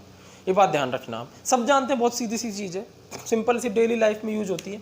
ये आयरन रॉड है, इसके ऊपर वाटर ड्रॉपलेट इकट्ठा हो गया, बाहर एटमॉस्फेयर है, एटमॉस्फेयर के से यहाँ पर दो गैसें रिएक्शन करने लगती हैं वाटर से। एक है हमारी ऑक्सीजन गैस और एक है हमारी CO2 गैस। ये दोनों गैसें जो हैं इस वाटर के बड़े से ड्रॉपलेट के अंदर रिएक्शन करने लगती है। क्लियर है सारी कहानी, ठीक है। यानी जो रिएक्शन होती है पहली वो मैं लिख देता हूँ, ठीक है। सबसे पहले ऑक्सीजन, ठीक है, oxygen plus carbon dioxide gas, ये क्या हो जाती है, डिजोल्व हो जाती है वाटर में, डिजोल्व इन वाटर, ये ध्यान रखना है। कहानी क्लियर हो ना। अरे वाटर जो किसकी सरफेस पर है, मेटल आयरन की सरफेस पर है, उस वाटर के अंदर ऑक्सीजन और CO2 गैसें एटमॉस्फेयर से डिजोल्व हुई हैं। कहाँ से आई है ये दोनों, सुन लो, फ्रॉम एटमॉस्फेयर, कंफ्यूजन बिल्कुल मत करो माइंड में, फ्रॉम एटमॉस्फेयर, यानी जो एटमॉस्फेयर है वहां से ये दोनों गैसें आई है, ठीक है। अच्छा, सेकंड चीज जो आपको ध्यान रखनी है, जैसे ही कार्बन डाइऑक्साइड, यहाँ वाटर है अंदर, ठीक है, वाटर प्रेजेंट है, ठीक है, तो ये कार्बन डाइऑक्साइड गैस तुरंत वाटर से रिएक्शन करके बनाती है एक एसिड जिसको बोलते हैं कार्बोनिक एसिड। क्या नेम है इसका, कार्बोनिक एसिड, इसे बोलते हैं अपन कार्बोनिक एसिड, ठीक है। ये कार्बोनिक एसिड रिवर्सिबल रिएक्शन के थ्रू टूट जाता है और H+ आयन और कार्बोनेट देता है। क्या देता है, H+ आयन और कार्बोनेट देता है। यानी यहाँ पर क्या बनने लगता है हमारे पास, H+ आयन। एक चीज और, जो वाटर का मॉलिक्यूल होता है ना, वो भी अपने आप सेल्फ आयनाइज्ड होने लगता है और क्या बनाता है, H+ और OH- आयन। एक से बनेगा एक और दो से बनेंगे दो। तो हम यहाँ पर बैलेंस करने के लिए दो ले लेते हैं। बैलेंस कैसे आगे बताऊंगा। 2 H2O, 2 H+ और 2 H- आयन देते हैं। अब जरा देखो H+ कितने हैं हमारे पास, 4। H+ कितने हैं हमारे पास, 4। तो यहाँ पर एक्चुअली में क्या है, 4 H+ आयन मौजूद है ना। साथ में क्या है, देखो OH आयन भी है, जितने भी आयन है मैं लिख देता हूँ यहाँ पर, ठीक है। और साथ में क्या है, कार्बोनेट आयन है। ये सारी कहानी यहाँ पर चल रही है। OH नेगेटिव है, कार्बोनेट नेगेटिव है, H+, दो नेगेटिव है, दो ही पॉजिटिव है, दो मतलब एक H+ है। अब दूसरा कैटायन कहाँ है वो देखो, सुनो यहाँ पर हो क्या रहा है। देखो ये मेटल सरफेस है आयरन का, आयरन की ये इस तरह से एटम्स है, क्लियर है नहीं है। तो होता क्या है, यहाँ पर स्टार्टिंग में एक रिएक्शन स्टार्ट हो जाती है। ये सारे आयन जब हो आते हैं इसकी सरफेस पर बनने लग जाते हैं, ठीक है। तो क्या होता है, Fe को भी कभी मन करने लगता है कुछ कुछ करूँ, तो Fe स्टार्ट हो जाता है, Fe ऑक्सीडाइज होना स्टार्ट हो जाता है। मैं यहाँ पर 2 Fe ले लेता हूँ। Fe जो होता है वो Fe+2 आयनों में कन्वर्ट हो जाता है, क्लियर है नहीं है, सॉरी। ये Fe+2 आयन कहाँ चले जाते हैं, देखो यहाँ चले जाते हैं, इस तरह से यहाँ पर आ जाते हैं। ये Fe+2 और ये Fe+2 आयन यहाँ जाते हैं और यहाँ पर कितने इलेक्ट्रॉन आ जाते हैं, 2 और 2 4 इलेक्ट्रॉन। एक साथ लिख दिया मैंने, एक Fe से 2 इलेक्ट्रॉन आएंगे तो 2 से 4 आएंगे, 4 इलेक्ट्रॉन यहाँ पर इस तरह से आ जाते हैं मेटल के रॉड पर, क्लियर है नहीं है। तो ये एनोड बन गई ना, अरे यहाँ पर ऑक्सीडेशन हो गया ना, Fe का Fe2+ में ऑक्सीडेशन हो गया और ये इलेक्ट्रॉन बन गए, क्लियर है नहीं। अब जैसे ही इलेक्ट्रॉन बनने लगते हैं, मैं रिएक्शन लिख देता हूँ। एनोड पर क्या हुआ है मैं आपको बता देता हूँ। एनोड पर हुआ है ऑक्सीडेशन ऑफ Fe, लोहे का वो सिरा जहां ऑक्सीडाइज होना स्टार्ट हो गया वो एनोड बन जाता है, ठीक है। ऑक्सीडेशन ऑफ Fe, तो Fe इसमें ब्रेक होने लग जाता है। Fe+2 में ब्रेक होता है, 2 इलेक्ट्रॉन, 2 लेंगे तो यहाँ पर 4 इलेक्ट्रॉन आ जाएंगे, क्लियर है नहीं है, ठीक है। अब यहाँ कैथोड कौन है, देखो ध्यान से देखो। कैथोड वो एरिया होता है जहाँ रिडक्शन होता है ऑक्सीजन का, reduction of oxygen through H+ ion. H+ ion जो है ना, उनके थ्रू रिडक्शन होता है ऑक्सीजन का, ये ध्यान रखना। कैसे, देखो, अरे जो इलेक्ट्रॉन बने हैं, इन इलेक्ट्रॉन को कौन अट्रैक्ट करने लगते हैं, कैटायन। और कैटायन कौन से हैं यहाँ पर, H+। Fe+2 थोड़ी ना अट्रैक्ट करेंगे, तो ये तो बन गए। H+ आयन इन इलेक्ट्रॉन को अपनी तरफ अट्रैक्ट करने लगते हैं, तो एक तरह से सर्किट कंप्लीट हो जाता है, ये इलेक्ट्रॉन इधर जाने लगते हैं और एक सेल बन जाता है, इलेक्ट्रोकेमिकल सेल, ठीक है। तो यहाँ पर कैथोड पर क्या होता है, 4 H+ आयन है, ठीक है। और साथ में यहाँ पर ऑक्सीजन भी तो है, कौन सी गैस है यहाँ पर, ऑक्सीजन भी है, ठीक है। तो ऑक्सीजन के साथ ये 4 H+ आयन रिएक्शन करते हैं और 4 इलेक्ट्रॉन भी यहाँ पर काम में आ जाते हैं, ठीक है, जो 4 इलेक्ट्रॉन यहाँ पर निकले तो वो यहाँ काम में आ जाते हैं। यहाँ पर क्या क्या है देखो ध्यान से सुनो, ऑक्सीजन है हमारे पास, ठीक है, ऑक्सीजन है, 4 H+ आयन है और साथ में 4 इलेक्ट्रॉन भी है। क्लियर हो रही है कहानी। ऑक्सीजन गैस है जो एटमॉस्फेयर से आई है, वाटर में डिजोल्व हुई है, ये डिजोल्व ऑक्सीजन है, DO डिजोल्व ऑक्सीजन है। H+ आयन कहाँ से आए, एनोड की सरफेस से, सॉरी H+ आयन सॉल्यूशन के अंदर प्रेजेंट थे, कुछ वाटर के डिसोसिएशन से बने और कुछ कार्बोनिक एसिड से बने H+ आयन। और इलेक्ट्रॉन कहाँ से आए, एनोड से आए। ये सारी कहानी क्लियर हुई, ये सारी कहानी क्लियर हुई है नहीं बोलो। अब ये सब रिएक्शन करके क्या बना रहे हैं देखो, इन सब की रिएक्शन से एक्चुअली में अगर हम यहाँ ध्यान से देखें तो यहाँ पर बन रहा है हमारे पास वाटर, 2H2O। क्या बन रहा है देखो, वाटर। देखो ऑक्सीजन 2 बैलेंस हो गए, हाइड्रोजन 4 है, 2 दूनी 4, ये बैलेंस हो गए, इलेक्ट्रॉन यहाँ पर गेन हो गए, रिडक्शन हुआ, रिडक्शन हुआ है नहीं हुआ। अरे ऑक्सीजन 0 ऑक्सीडेशन स्टेट में और यहाँ ऑक्सीजन -2 में चला गया, रिडक्शन हुआ। एक O को रिड्यूस करने के लिए 2 इलेक्ट्रॉन चाहिए -2 में, तो 2 को रिड्यूस करने के लिए 4 इलेक्ट्रॉन काम आ गए, H+ ion as it is जुड़ गए। क्लियर है नहीं है। तो इस तरह से वाटर के मॉलिक्यूल बन गए 2। ठीक है, अब टोटल सेल रिएक्शन लिखो। टोटल कैसे लिखेंगे देखो, टोटल लिखेंगे 4 इलेक्ट्रॉन से 4 इलेक्ट्रॉन कैंसिल हो गए, ठीक है, और साथ में क्या बना 2Fe + O2 + 4H+। क्लियर है। और इधर बन गया हमारे पास 2Fe + 2, ठीक है, प्लस 2H2O। क्लियर है क्या नहीं। लेकिन अभी जंग लगना शुरू नहीं हुई है, बस उसका आगाज हो गया है। ये जो Fe+2 आयन है, ठीक है ना, ये इंपॉर्टेंट है। Fe+2 और वाटर बनने लग गया। यहाँ पर क्या बनने लग गया, Fe+2 और वाटर। अब जरा ध्यान से देखना आगे क्या होगा। अब ये रिएक्शन आगे बढ़ेगी, ठीक है, ठीक है। ऑक्सीजन यहाँ पर आगे फिर से रिएक्शन करने लगेगा। कैसे, ये जो Fe+2 आयन है, क्लियर, ये तो टोटल होगी। अब आगे जो रिएक्शंस होगी उनसे एक्चुअली में जंग लगेगा। कैसे, ये जो Fe+2 आयन है, ये Fe+2 आयन रिएक्शन करता है किससे, एक वाटर के मॉलिक्यूल से। 2 में से एक वाटर का मॉलिक्यूल ले लो। टोटल सेल रिएक्शन में 2 है, इनसे एक ले लो, एक वाटर का मॉलिक्यूल उठा लो, बाद में बैलेंस कर देंगे, ठीक है। और साथ में जो है यहाँ पर ऑक्सीजन भी आने लगती है। क्लियर है। और साथ में क्या होता है, Fe+2 ऑक्सीडाइज हो जाता है Fe+3 में और बनाता है Fe2O3। इसे बोलते हैं अपन फेरिक ऑक्साइड। क्या बोलते हैं इसको, फेरिक ऑक्साइड। क्या है ये, फेरिक ऑक्साइड। क्लियर है, Fe2O3। अब देखो बैलेंस कैसे करेंगे, यहाँ पर अपन यहाँ क्या करते हैं, यहाँ 4 लगा देते हैं। 4 लगाएंगे तो कितने हो जाएंगे, 4 और 2 6 ऑक्सीजन, यहाँ 2 लगा देते हैं, यहाँ भी 6 ऑक्सीजन हो गए, Fe 4 हो गए तो यहाँ 4 लगाते हैं। सिंपल बैलेंस कर दिया मैंने, ठीक है। तो 2Fe+2 है, Fe+2 से बन रहा है Fe+3, ऑक्सीडेशन हो गया वापस से। पहले Fe से Fe+2 बना, फिर Fe+2 से Fe+3 बन गया और क्या बनने लग गया हमारे पास, फेरिक ऑक्साइड। अभी ये रस्ट नहीं है लेकिन फेरिक ऑक्साइड बनने लग गया। अच्छा H का क्या होगा, यहाँ पर बन जाएंगे 8H+ आयन, ठीक है, ये वाली रिएक्शन। अब क्या होता है, अब आती है एक्सेस ऑक्सीजन। अगर ऑक्सीजन अभी भी कंटिन्यूअसली Fe के कांटेक्ट में है तो वो ऑक्सीजन क्या करती है, ठीक है, यहाँ है एक्सेस ऑक्सीजन, सॉरी, अगर एक्सेस ऑक्सीजन है तो ये वाली रिएक्शन होगी। अब अगर एक्सेस वाटर है, अरे अगर एक्सेस ऑक्सीजन नहीं है, नॉर्मल है, तो यहाँ तक खत्म हो जाएगा काम, यानी अभी जंग नहीं लगी, ठीक है। लेकिन अगर एक्सेस ऑक्सीजन है तो ऑक्सीजन वाटर के साथ Fe+2 को फिर से ऑक्सीडाइज कर देगी फेरिक ऑक्साइड में। और अगर एक्सेस वाटर है तो फिर एक और रिएक्शन होगी।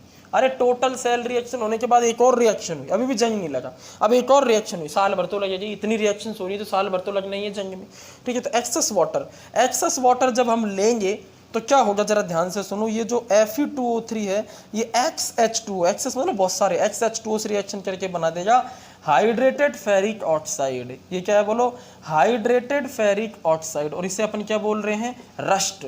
इसे अपन क्या बोल रहे हैं, रस्ट। ये क्या है, रस्ट है, ये रस्ट का फॉर्मूला। इस तरह से लग गई जंग। क्लियर हुआ है बोलो, क्लियर हुआ नहीं हुआ, ठीक है। इसको मैं दोबारा से रिवाइज करा देता हूँ। देखो हुआ क्या, electrochemical theory of corrosion, rusting of iron ले रहा हूँ। एनोड ये यहाँ पर क्या मेटल रॉड है, मेटल रॉड पर Fe के एटम से कुछ इस तरह से वाटर की ड्रॉपलेट इकट्ठा होने लगी। क्या हुआ, यहाँ पर ऑक्सीजन और कार्बन डाइऑक्साइड गैस इस ड्रॉपलेट के अंदर आई, ऑक्सीजन डिजोल्व हो गई, कार्बन डाइऑक्साइड ने, ऑक्सीजन तो डिजोल्व हो गई, ये डिजोल्व ऑक्सीजन है, यहाँ कैथोड पर काम आएगी, ठीक है। और जो कार्बन डाइऑक्साइड है वाटर से रिएक्शन करके क्या बना देती है, कार्बोनिक एसिड, जो H+ आयन प्रोड्यूस करता है। वाटर भी H+ आयन प्रोड्यूस करता है सेल्फ आयनाइजेशन से। टोटल 4 H+ आयन है, 4 H+ आयन है। होता क्या है, धीरे धीरे एनोड पर ऑक्सीडेशन स्टार्ट होता है, ठीक है। Fe के कुछ एटम्स ब्रेक होने लगते हैं Fe+2 में, 2 एटम ब्रेक हो गए तो 4 इलेक्ट्रॉन बन गए, ठीक है। ये 4 इलेक्ट्रॉन खींचता है H+ आयन। चुरा लेता है या खींचता है, एक ही बात है। 4 इलेक्ट्रॉन H+आयन खींचता है और साथ में ऑक्सीजन को भी ले लेता है। एनोड पर तो ऑक्सीडेशन हो गया, कैथोड पर रिडक्शन होता है ऑक्सीजन का H+ आयनों के थ्रू। 4 H+आयन 4 इलेक्ट्रॉन को खींचते हैं, ऑक्सीजन साथ में होता है, वाटर बन जाता है। क्या बन जाता है? वाटर। ऑक्सीजन का क्या हो गया? रिडक्शन 0 से -2 में, ठीक है। टोटल सेल रिएक्शन क्रॉस करके लिख दिया, अभी भी जंग नहीं लगा। अब अगर एक्सेस ऑक्सीजन हो, मतलब ज़्यादा ऑक्सीजन हो, तो वो क्या कहता है? ऑक्सीजन ये जो H2O है, ये जो बना है प्रोडक्ट H2O, इससे और F, मतलब ये जो रिएक्शन है इसको डबल करके लिख दिया मैंने। डबल करो तो यहाँ 4 Fe+2 बनेंगे और यहाँ 4 H2O बनेंगे। तो 4 Fe+2 4 H2 और ऑक्सीजन के साथ रिएक्शन करके फेरिक ऑक्साइड बनने लगता है। अभी भी जंग नहीं लगा, लेकिन जैसे ही वाटर भी अगर एक्सेस में है, यानी खुले में लोहा पड़ा हुआ है, एक्सेस ऑक्सीजन, और पानी भी बहुत सारा है उसमें, यानी एक्सेस वाटर, तो तुरंत फिर Fe2O3 XH2 हाइड्रेटेड बन जाएगा और जंग लगना शुरू हो जाएगी। क्लियर है नहीं? तो ये है हमारा इलेक्ट्रोकेमिकल थ्योरी ऑफ करोजन, इसको आप नोट कर लो। अब अपन लास्ट टॉपिक कि करोजन को प्रिवेंशन कैसे करें, what are the methods to prevent corrosion, ठीक है। यानी जो हमारा लोहा है इसको हम करोड़ होने से बचा सकते हैं। कई मेथड है इसके, हम 3 मेथड्स यहाँ पर पढ़ने वाले हैं। हमारे जो बुक में दिए हुए हैं वो एक्चुअली में 3 मेथड्स हैं, ठीक है। तो हम हेडिंग लगा लेते हैं methods to prevention corrosion. Corrosion को प्रिवेंट करने के कौन कौन से मेथड हैं और हम उनको कैसे पढ़ते हैं, ठीक है। तो हम लगा लेते हैं methods to prevention of corrosion.